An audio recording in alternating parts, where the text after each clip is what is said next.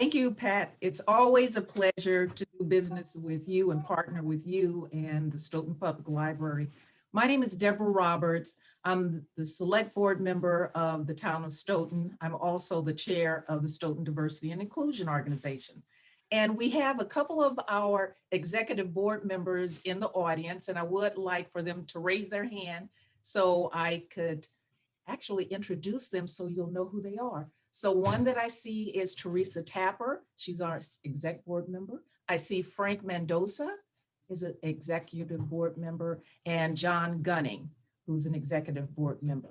Now, Stephen Tapper, Larry Sauer, and Erdem Urel, I don't see them in the audience. They may be there. So if I don't see them, know that those are the three that did not raise their hand. So without further ado, we're going to go right into our discussion about Martha's Vineyard, race, property, and place. And we have the author here with us today, Richard Taylor. He's the founding director of the Real Estate Executive in Residence and Professor of Business Law and Ethics at Suffolk University. Now, he has a long list of things, his accomplishments, but I won't go into all of those. Thank you. So without further ado, Richard Taylor, thank you and welcome. Thank you, Deborah. All you have to share. Let me thank Pat and Teresa for all of their assistance with logistics and getting me set up here. And of course, the Honorable Deborah Roberts, select woman now from Stoughton, and dear friend that served in the Urban League Board with me for many, many years, and I thank her for her service. Let me thank each of you for coming tonight too. We were chatting earlier to say that we are delighted that we're on Zoom tonight and don't have to go out in the bad weather to attend an event. But I particularly want to thank the committee for inviting me, because most people don't think about history in their own backyard, and that's where we are today. The Vineyard has an amazing history. I have gone over many years. I still don't know all of the history. I would also say that for those of you who have just recently seen the last 2 nights of the Black Church on PBS, there is a piece there on Union Chapel, and my good friend Vivian Beard pointed out to me that they didn't quite label us correctly. So Skip assured me they're going to do that on the DVD, but you should see that and you'll see some of our work. So please put the PowerPoint up, and I will try to get through it. For those of you who have questions and answers, I think we want to put those in the chat. And at the end of the presentation, I'll be happy to try to respond. So that's not on the big screen. We're working very good, almost there. If you maximize it, I think we'll be in good shape. Sign a hand. There.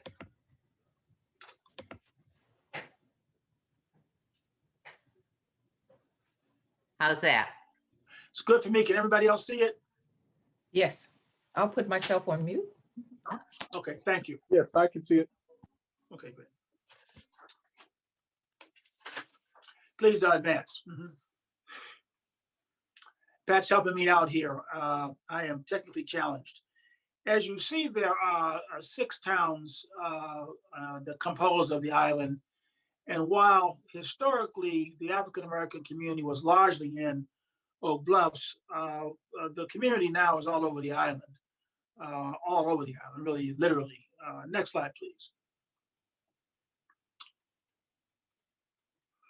Well, this is a bit of a table of contents. I wanted to provide some historical context and essentially underscore the fact that real estate has played a key part in developing all of this institutional structure. And I'm going to compare that with what did not happen on the mainland of America. Next slide, please. So Massachusetts has, as we all know, historically been fairly racially tolerant in the 19th century, where we had the Bill of Rights in 1780. We all know about the abolitionist movement, where William Lloyd Garrison published The Liberator. Slavery was abolished in 1783. The first branch of the NAACP is in Boston, and Booker T. Washington actually charged the first chapter of the National Negro Business League. Now, this contrast, I'm going to constantly be painting this picture between the mainland of America and the vineyard. Many may recall in 1903 in his book called The Souls of Black Folks, W.B. Du Bois described this notion of double consciousness. And that is people of color who try to live in a world that is not always tolerant, trying to, and also living in their own world. So it's this sense of trying to live in two worlds and trying to find, if you will, this sense of community. And historically, the system did everything to destroy the families. The absence of homes, you couldn't get government assistance if there was a man living in the house. There's been structural discrimination around land. After slavery, there was a Freedmen's Bureau, but after a while it was disbanded. And we all know that when Andrew Johnson got in, he took away the 40 acres and a mule that was promulgated in 1865. Next slide, please.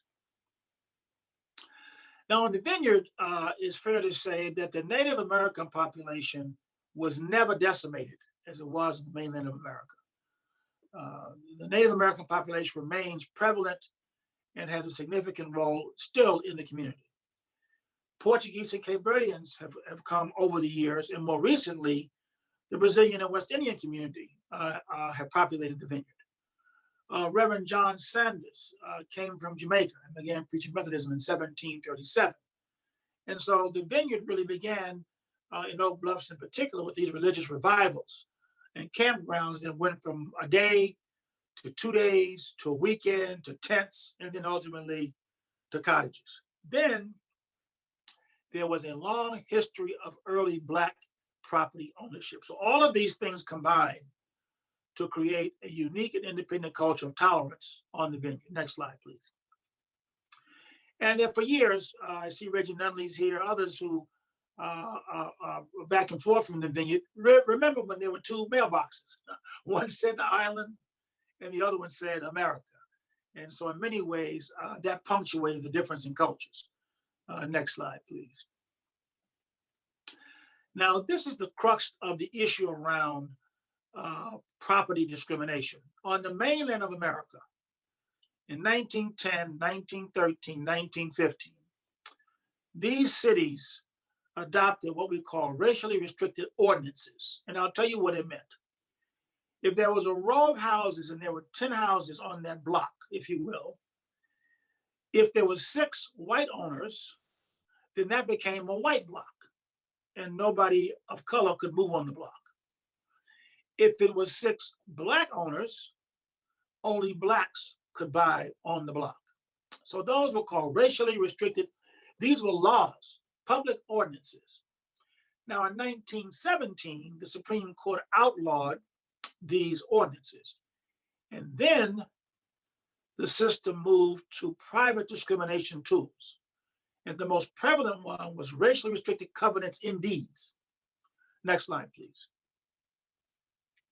Now, from 1919 to 1948, which you'll see the last case, you could legally put in your deed, I will not sell this property to Jew, a Muslim, Asian, African American. You could put anything you wanted in that deed, and it was upheld by law. Now, 1926, that covenant was upheld by the Supreme Court, and deeds proliferated around the country. Now, Hansberry versus Lee is a very interesting case. If I mention the name Hansberry to you, you might say, oh, I know that name. That's Lorraine Hansberry, the great playwright who wrote Raising the Sun. Well, guess what? Hansberry is her father, Carl Hansberry. They lived in Chicago. And Mr. Hansberry was the victim of a restricted covenant. He took it all the way to the Supreme Court. He won the case, but he won it on technical grounds, and it only applied to his case in particular. So it wasn't until 1948 when the Supreme Court finally did outlaw racially restricted covenants. So just think about that. That's not long ago. And that begins to set the table for all of the discrimination around land on the mainland of America. Next slide, please. Now, so what happens in the interim? There were other discriminatory tools. Bruce's Beach in Manhattan Beach in California was a resort, not much different than when Sherrill Cottage started, except they were on the water, much closer to the water. They had a big entertainment hall. And so the town fathers and mothers decided that they were going to take it by eminent domain and say they were going to put a park there. Well, Supreme Court supports eminent domain takings, but that was strictly a discriminatory tool to shut down his business. Dr. Osney and Sweet and his family, very, very tragic story. Dr. Sweet bought a property that was subject to a covenant, and don't forget, it's 1948. It was 25 when he bought the land. And essentially, a mob attacked his home. One of his relatives shot into the crowd, killed someone. The whole family was put in jail. Mrs. Sweet ended up dying of tuberculosis. And not there long thereafter, Dr. Sweet committed suicide, all behind that one incident. If I mentioned to you earlier Louis Little, you might not recall, but that is the family of Malcolm X. His family bought a farmhouse in Michigan. They went to court. The court said, you have to leave, Little family, but we'll give you 30 days to leave. That wasn't good enough. The neighbors firebombed the home in order to put the Littles out into the street. Next slide, please. Now, in contrast, look what's going on the vineyard. In 1899, Louisa Izett and her sister, Georgia O'Brien, bought property at the end of Circuit Avenue and began to have guest houses. 1899. Next slide, please. Now, there are a range of hospitality venues, boarding houses, bed and breakfast. I mentioned Sherrill Cottage, and Lee Van Allen is an heir to that family and runs the business to this day. Harry Burley brought so many people, Ethel Waters, Roland Hayes, Paul Robeson, the famous lawyer W.H. Lewis. There were also dining services, Liz Bernard, Maxwell's and Pollard's. And then most recently, Claudine Robinson took over for her husband, Jackie Robinson, who had a tennis and bed and breakfast there on New York Avenue. Next slide, please. Well, there's the part of the Sherrill clan, Liz Pope White, Doris, Lee's mom, Miriam Duggar, beautiful family who was running that place and still running to this day. Next slide, please. And there's Sherrill Cottage, not far from my little cottage.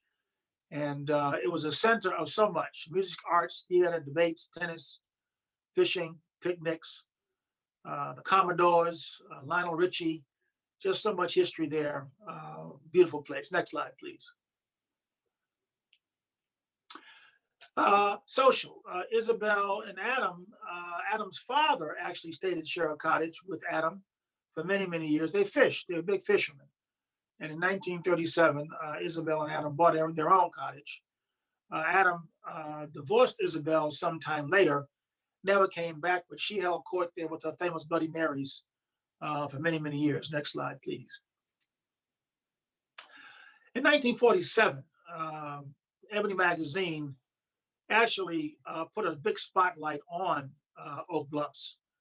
And what I found very interestingly is they talked about a number of African-American resorts around the country. What was not in that article, and I didn't think about it until I didn't see it, was Sag Harbor in Long Island, New York. And as I began to explore that, not quite.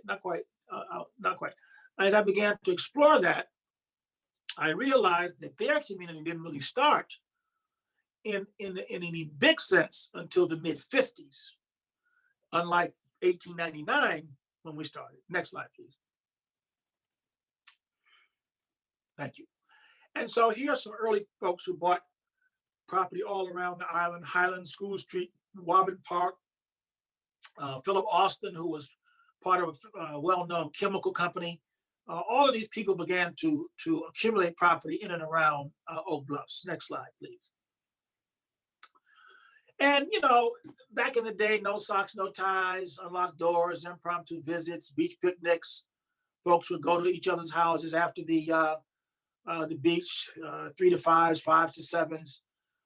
And social organizations began to have events. Girlfriends have a huge luncheon every year, the AKs and Deltas, the Gourmet Women's Club. Next slide, please.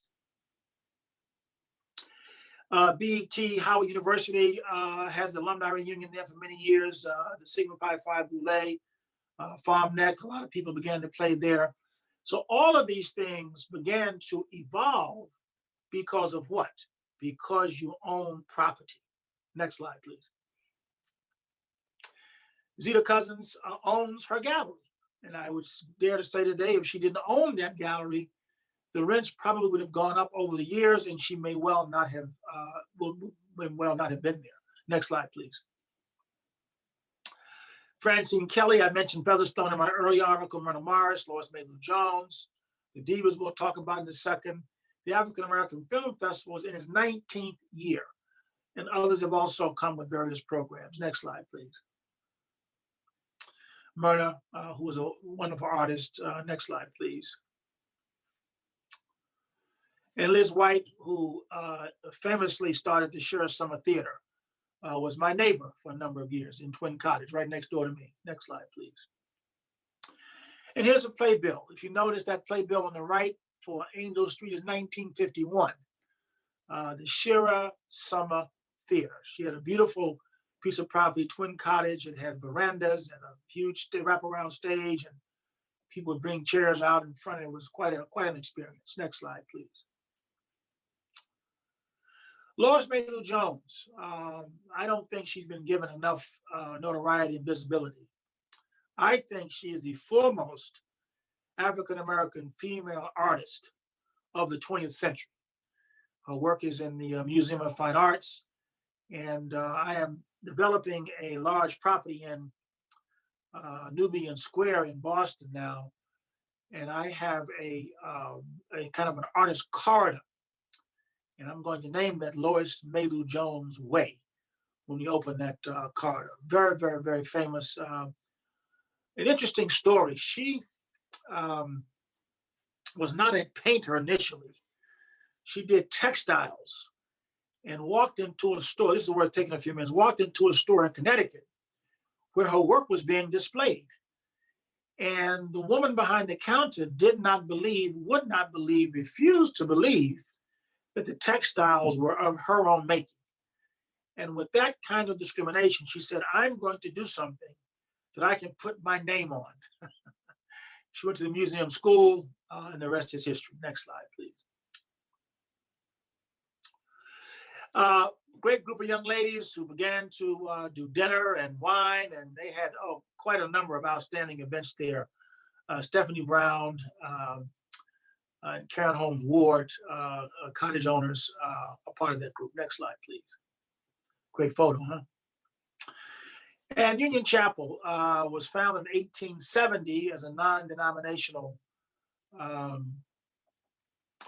church. I see my good friend, Attorney Joe Feaster, just showed up. Thank you, Joe, for coming. Next slide, please. And there's a long history of religious activities. Charlotte Denniston came, Oscar Denniston family. They took over for Susan Class Bradley. And again, as I mentioned, Union Chapel. So again, all forming out of the campgrounds, I should say, the Methodist campgrounds as well. Next slide, please. This is a great story. Bishop Burgess, first African-American bishop in the Episcopal Church around nationally, and Absalom Jones, the first Episcopal priest out of Philadelphia there. And there are two stained glass windows in their honor at Grace Church. By the way, the same church where Harry Burley went to the piano every day for some years when he was on the venue. Next slide, please. This is kind of a snapshot of one of the services. The choir there is from Detroit. They come out with Reverend Charles Adams every year when he was coming to preach, and it was quite a concert prior to the service. Next slide, please. Just one of my favorite shots because it's an integrated shot. You've got some hats. You've got some stalwart members there who've been there for many, many years. We have some fun. Next slide, please. Now, this is where the property light really went on for me when I began to think about this book. And this is what happened. The Cottages is an organization of 100 professional African-American women. And for whatever social criteria there is, the criteria that most struck my mind was you had to own a cottage on the vineyard. You had to have property. Now, I shared with you some slides before that covenant discrimination was the law until 1948. And so I said to myself, how can any Black organization require property ownership anywhere in America, given the degree of discrimination that we've had around buying property? Well, as I looked around and researched, and I've repeated this before, there was no structural discrimination against Black folks buying property on the vineyard. Yes, there were individuals, but in the mainland of America, there was collusion. The banks, the lawyers, the brokers, the insurance companies, and the federal government all conspired to limit where African Americans could buy property in the mainland of America. That did not happen structurally on the vineyard. Now, there are cases where, for example, we debate this today in the Methodist campgrounds. Back in the day, you couldn't stay there, but you could buy the cottage and move it. You could buy the cottage and move it. And that happened many, many times. So again, I don't want to give the impression that there was no discrimination. There was, but it was individual and it was not pervasive. Next slide, please. And these are a wide number of organizations and activities that have occurred.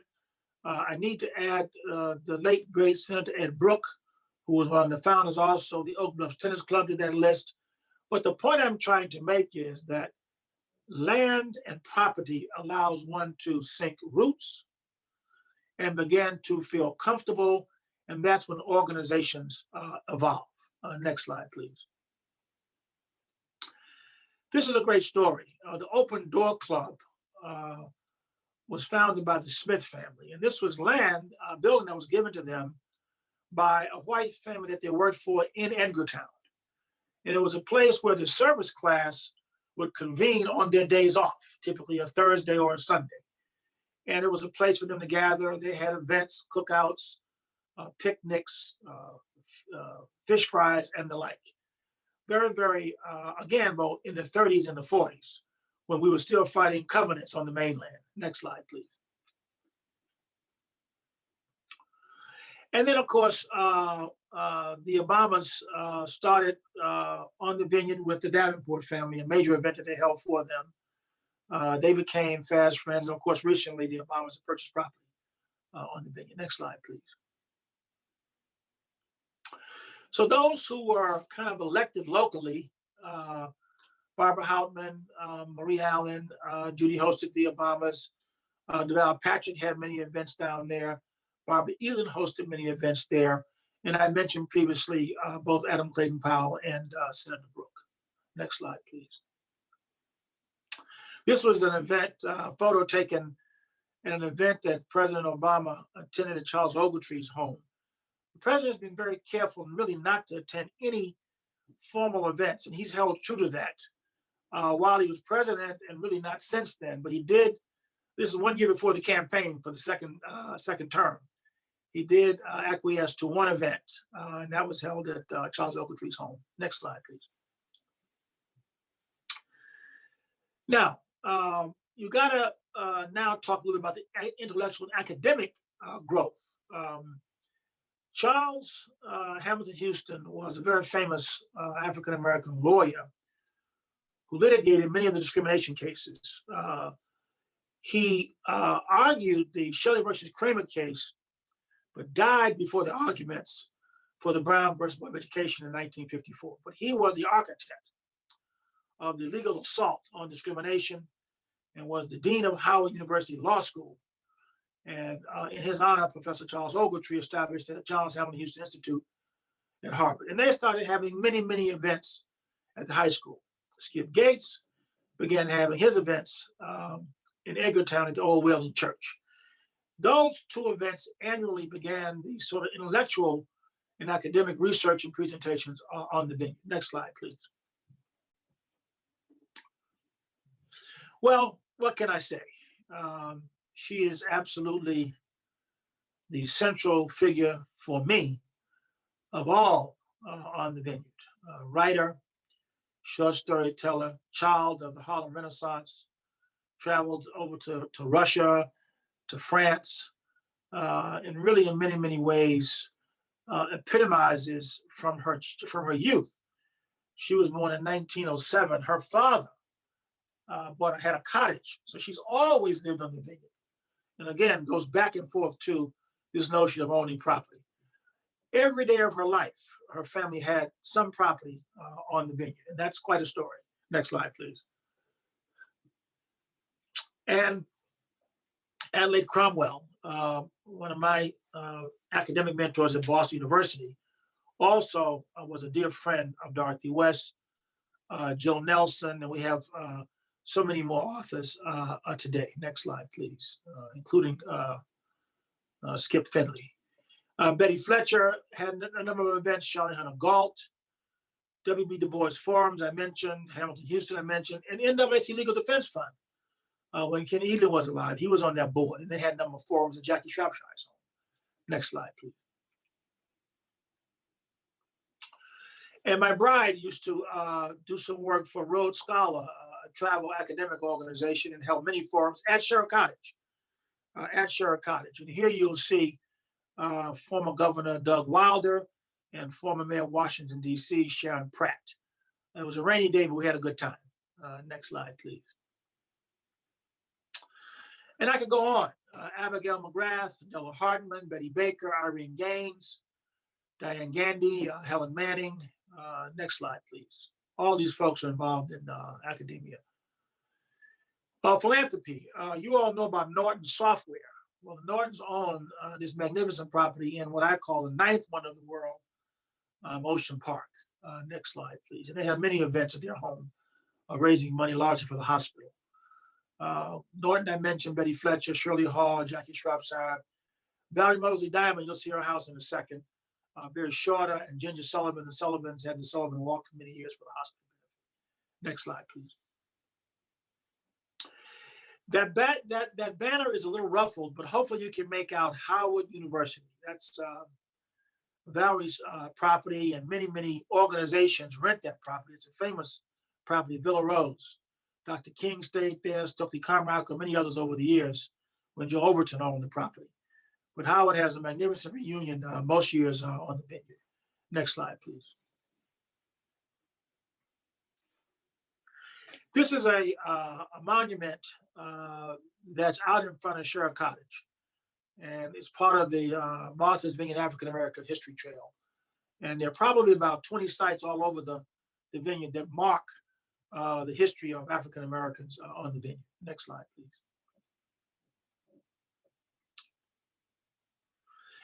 Stickfly was a play written by Lydia Diamond about an African American family on the vineyard, and they had a kind of a premier rollout over at Valerie's Cottage some years past. Next slide, please. The Obamas, the age of Obama. Next slide, please. We can talk about them a little bit. Well, look, the cottage has celebrated 60 years in 2016. Glenn Hutchings, this is a great story. Glenn Hutchings approached Skip Gates several years ago at the end of one of his presentations at the Old Whaling Church. And he said, look, I like what you're doing here, Professor Gates. And I have my Harvard reunion coming up. And when I go back to Cambridge, I want to give some money to the, at that time, W.B. Du Bois Institute. So Skip didn't know him. He said, thank you, I appreciate it. And thanks for coming by.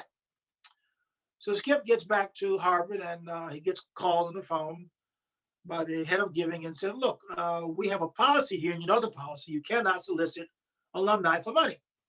Skip said, I didn't solicit him. Pardon me. He approached me about wanting to be helpful. And he said, by the way, what are you asking me for? What did he give you, $100,000? And said, no. Skip gave us $1 million. So Skip said, wow, $1 million. Well, that $1 million gift led to $15 million. And the W.B. Du Bois Institute was changed to the Glenn Hutchings Institute. Thank you very much. But it is now the most heavily endowed African-American research institution in the country. Vernon Jordan had his 80th birthday on the vineyard. As I mentioned earlier, there is an exhibit for Oak Bluffs in the National Museum. And I always say these things did not happen in Palo Alto. They did not happen in New York City, which I love.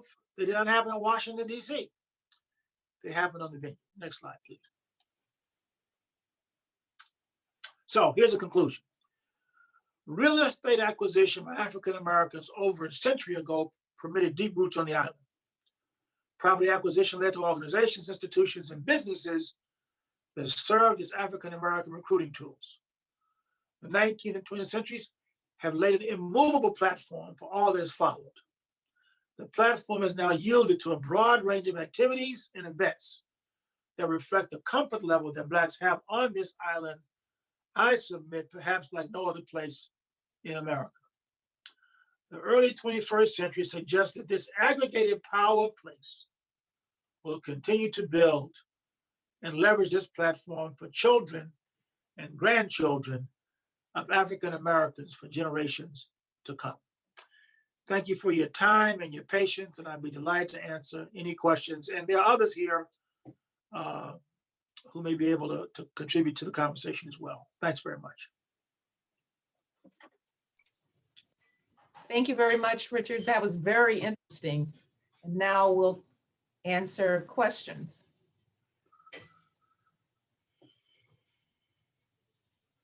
Can you read that for me, please? I couldn't quite see it. Darvins, if you could say it, let me see if I can pull it up on chat. I saw, do you believe there are characteristics of Martha's Vineyard racial climate that can be replicated in Massachusetts and the rest of America as a whole? Oh boy, that's the $64,000 question, isn't it? And so to this extent, I have to confess that our environment there is a little artificial in this sense. We don't have the same kinds of structural problems around, they're there, but they're not deep. Health disparities, education disparities. Yes, we have affordable housing difficulties for those who want to work and stay on the vineyard, but they're not so devastating as they grip many urban markets around the country. So in a sense, we're a self-selected kind of a population. It's a resort community for the most part, but as you know, annually, people live year round. More and more people are living year round. I spend more time this year on the vineyard than I've done my entire time down there.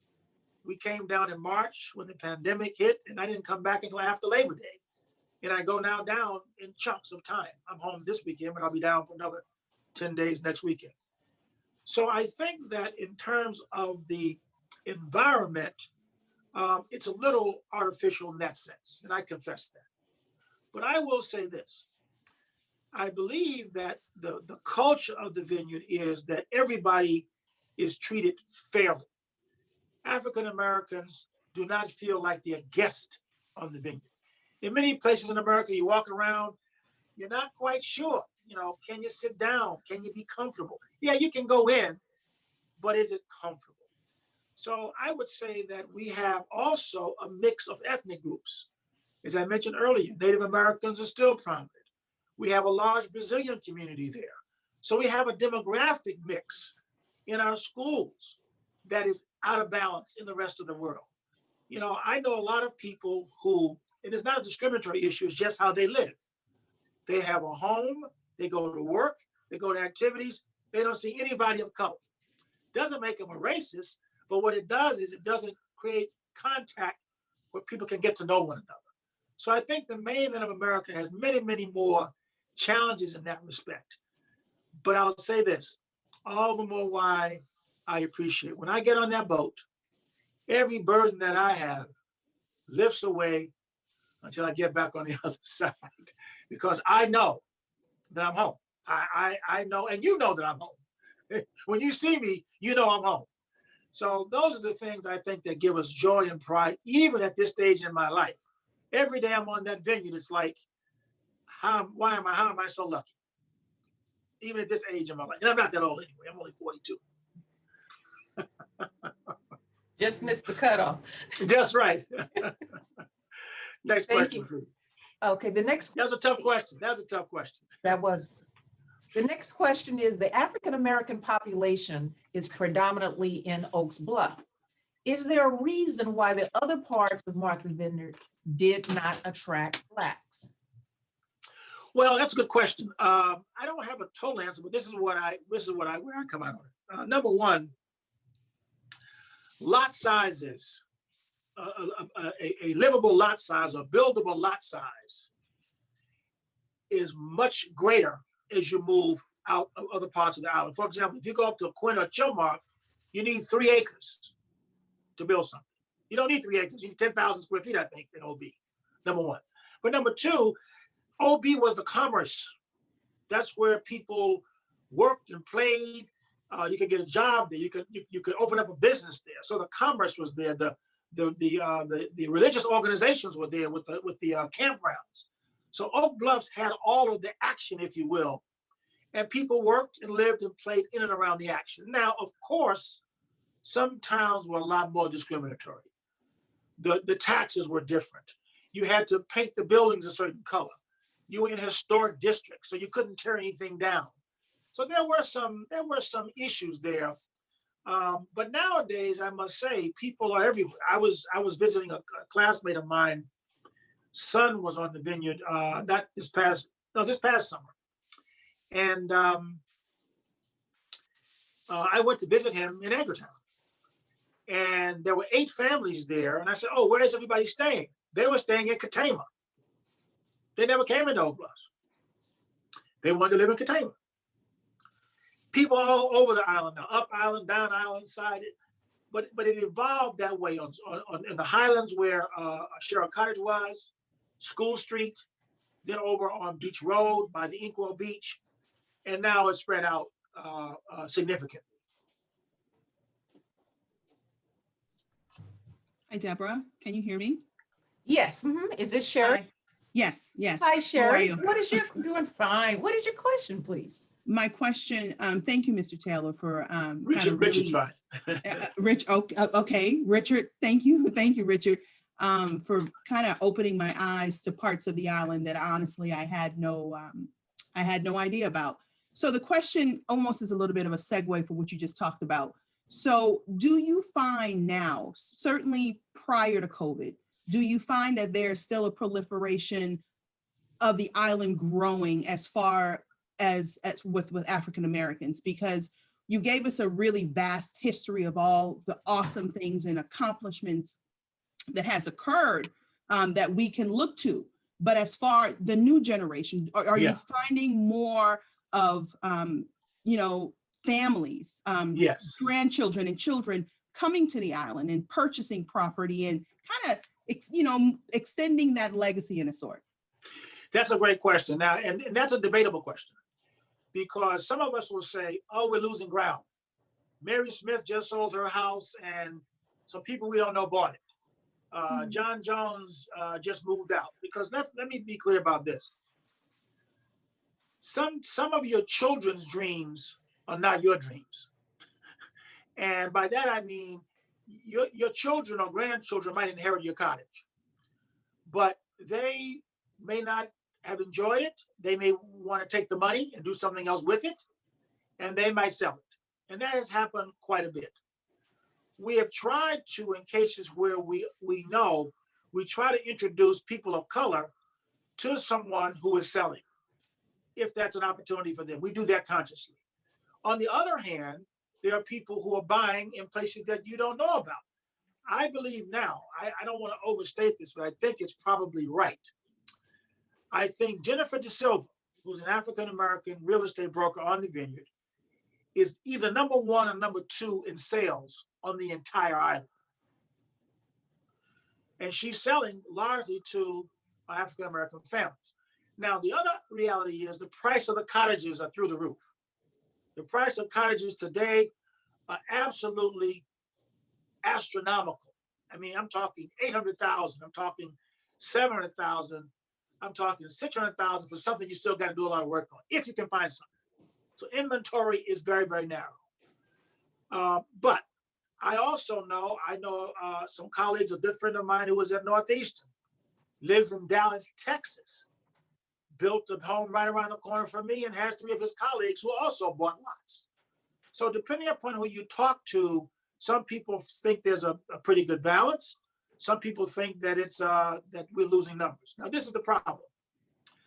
The problem is the census.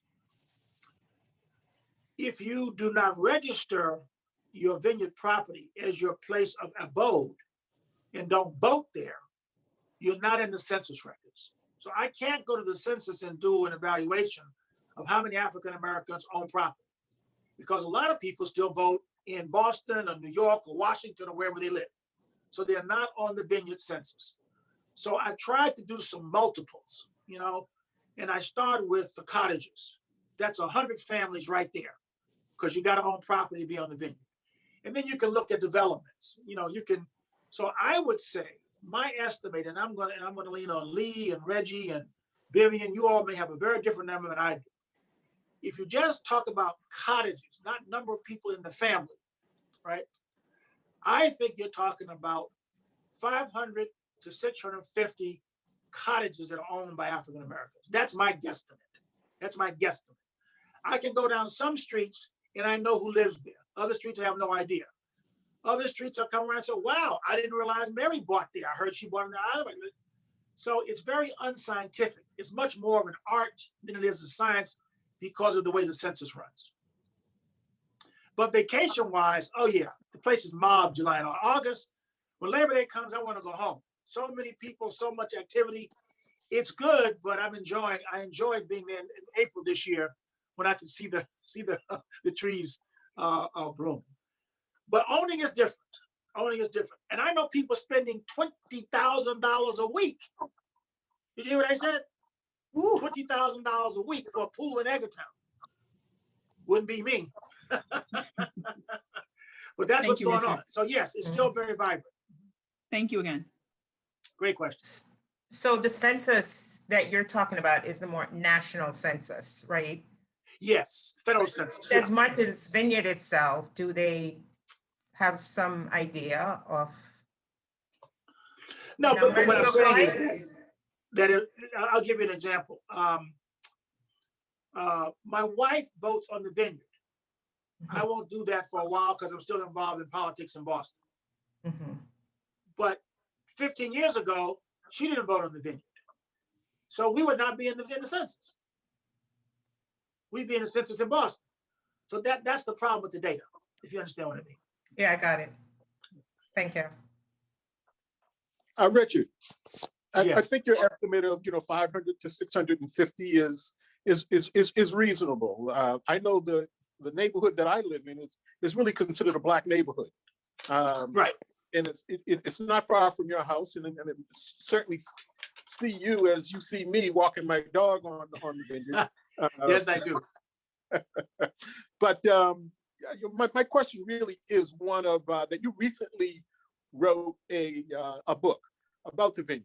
Yeah. And I know that I purchased one, and I talked about it when I was on the West Coast, and a number of my friends, would like to get a copy of it. Sure. How do we go about getting or finding out where we can purchase your book? Sure. The book is on Amazon. The book is at the Harvard Bookstore. Those are the two commercially places you can get them. You can buy directly from Harvard Bookstore in Cambridge or from Amazon. I believe, oh, Pat, go ahead. I was just gonna say, and we have a copy at the library if people want to borrow it. And I can get you books if you want to order through the library, they'll let me know. I'll send some books down. It's not a problem. But thank you, Reggie. I appreciate that. A book campaign is a lot of time, and I just haven't had the time to.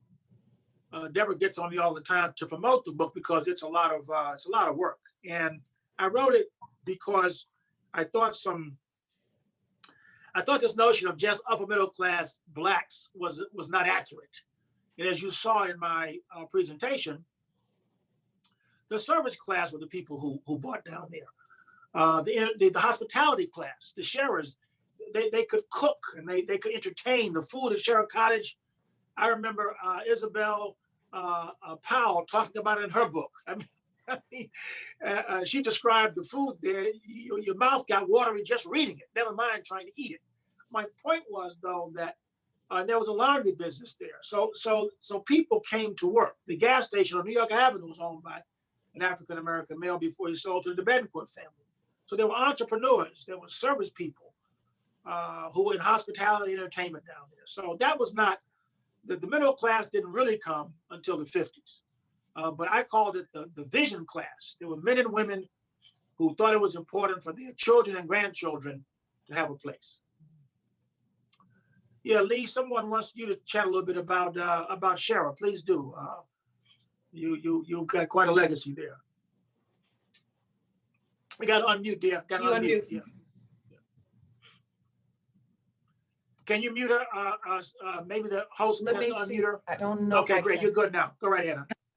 Thank you. I don't use Zoom all that often. My great-grandfather, who was born into slavery, the son of the white slave owner and his black slave, first came to Shara Cottage with his wife, who was actually a free black before emancipation. They came for a better life north. And my great-grandfather was a head waiter at the Parker House and the Young's Hotel in Boston.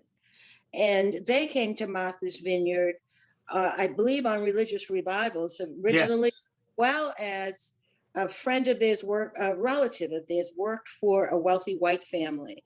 And that relative said, you know, this is a good place to visit. And again, like Richard said, at that time, there were Cape Verdeans, many of whom were brown, there were Native Americans. So there was a community of people of color. People were used to seeing brown people. So I think there was a comfort level there on Martha's Vineyard. And they bought property in the Highlands of Oak Bluffs in East Chalk. And my great-grandmother opened a laundry to help support her summers there. And they had a horse and buggy, and they'd pick up the laundry for wealthy white patrons, do the laundry. And in a letter that my great-grandfather wrote back to Hampton, he attended one of the historically black colleges that was started to educate free blacks, who were freed after the Emancipation Proclamation. And what he did was, he worked down south in the hospitality business, but when he came north, he also worked in the hospitality business. And his wife, as I said, she started the laundry, but so many friends and family came at that time to visit the Sharas. As Richard said, there was the Joneses in the West. There were just a handful of African-American families on Martha's Vineyard, and they were not welcome to stay at the other guest houses unless, even I've heard of, there was a guest house that was owned by a black woman. Black people couldn't even stay there. So my great-grandfather saw a business opportunity where he could open an inn, and it was a large inn at that time. 12 rooms were rented, and as Richard said, they served fabulous meals. They were excellent cooks, and they opened that inn in 1912. And to that inn, Harry T. Burley, the Reverend, you mentioned his name, Powell, Adam Payne Powell, yeah. Adam Powell Sr. came with Yeah. his son, young Adam, and Meta Vo Fuller and her husband, Dr. Solomon Fuller, who's recognized as being the first African-American psychiatrist in the country, Harry T. Burley. Many of these people came and stayed at Shara. Many of them eventually bought homes there. Their families bought homes there, like the Powells and the Fullers. And it sort of was the beginning of African Americans who first came to the island. Many of them stayed at Shara and bought at Shara. So we're very proud. And fortunately, my family always believed, especially my mom and Aunt Liz, that you've heard about, that they would never sell their grandfather's house because he helped bring them to the island. And we still have it in the family now, which my grandchildren will be the 6th generation of our family who have come to enjoy the good life on Martha's Vineyard. And that's an important point, because in my house, I don't regard my cottage as my cottage. I regard as my grandchildren's cottage. And so we try to set our life up so that that is not viewed as an asset at all. It's viewed as a family treasure. And so many people have tried to do that. It has not always been possible economically because people's lives change. But Lee's point, the fact that her family made that decision is what, Reggie's father made an investment in his home. Reggie's multi-generation in his cottage. So that's the thing that you want to try to hold on to because the place is that special. And so I don't view it as a place that is part of anything else that I'm going to sell or get rid of if I can help, God willing. But that's the plan. Hi, Richard. This is Vivian. Hey, Viv. I think it's important for people to really understand how extremely important and significant it is that you have written this book and that you are educating all of us about the history of the vineyard. And it's the difference there as opposed to what was going on in the rest of the world. Mhm. And part of that, I mean, it continues on and on. For those of you who don't know, one of the reasons people have been so introduced to the vineyard is because of the work that Richard has done with Union Chapel, particularly during the summer, of bringing the most extraordinary speakers. And every Sunday, preachers from around the country who come and who draw a crowd.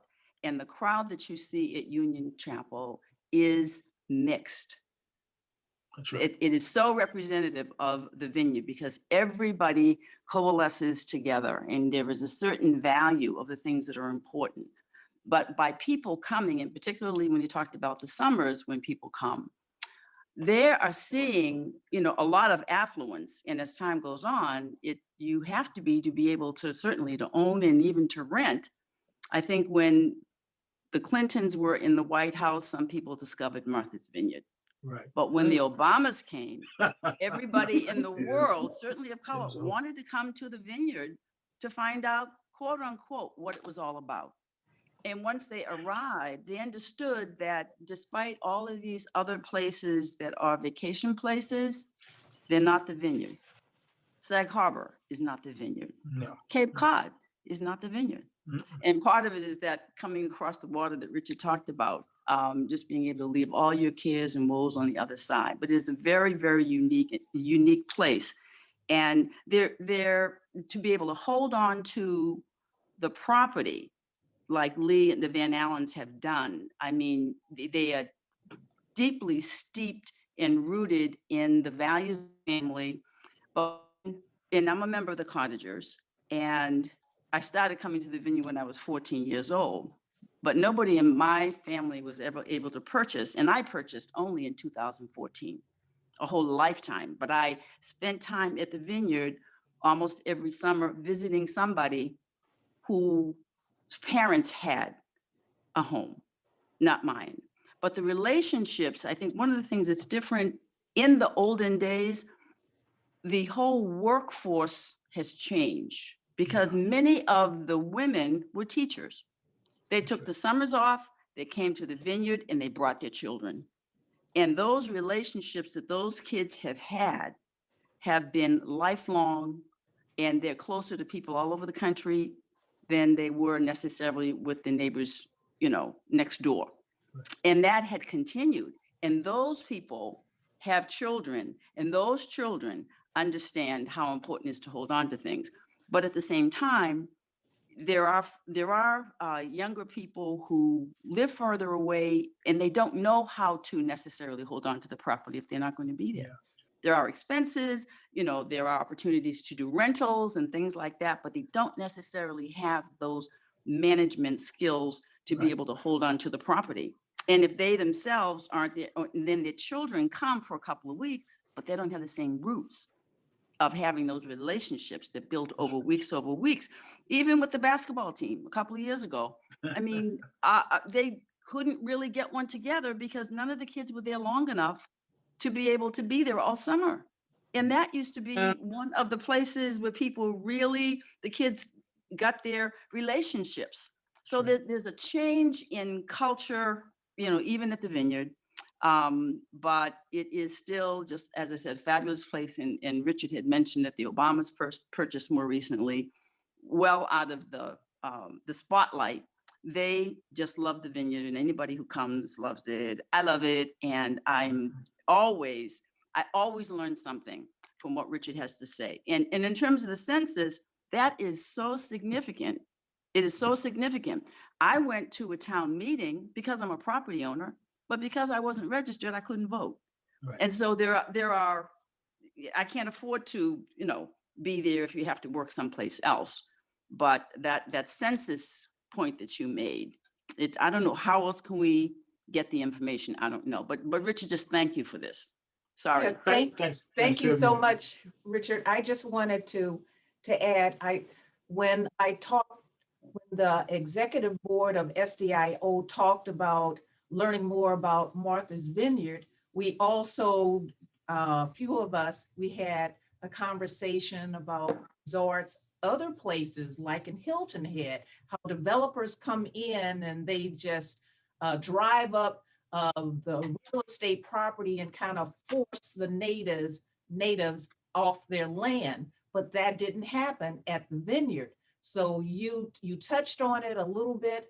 And if you had anything else that you wanted to add, like how do you stay with your land and pass this legacy on and and provide that type of forethought and vision that you talked about?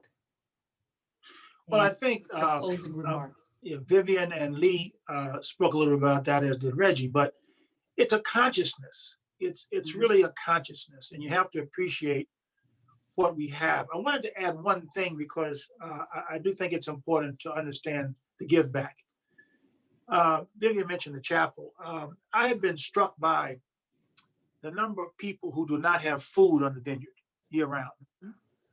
And I was troubled by it because I said to myself, maybe we can't solve food in a major urban market, but this small geography here, we should be able to work together to make sure people have food. And so one of my dear trustees, two of my trustees passed at Union Chapel, and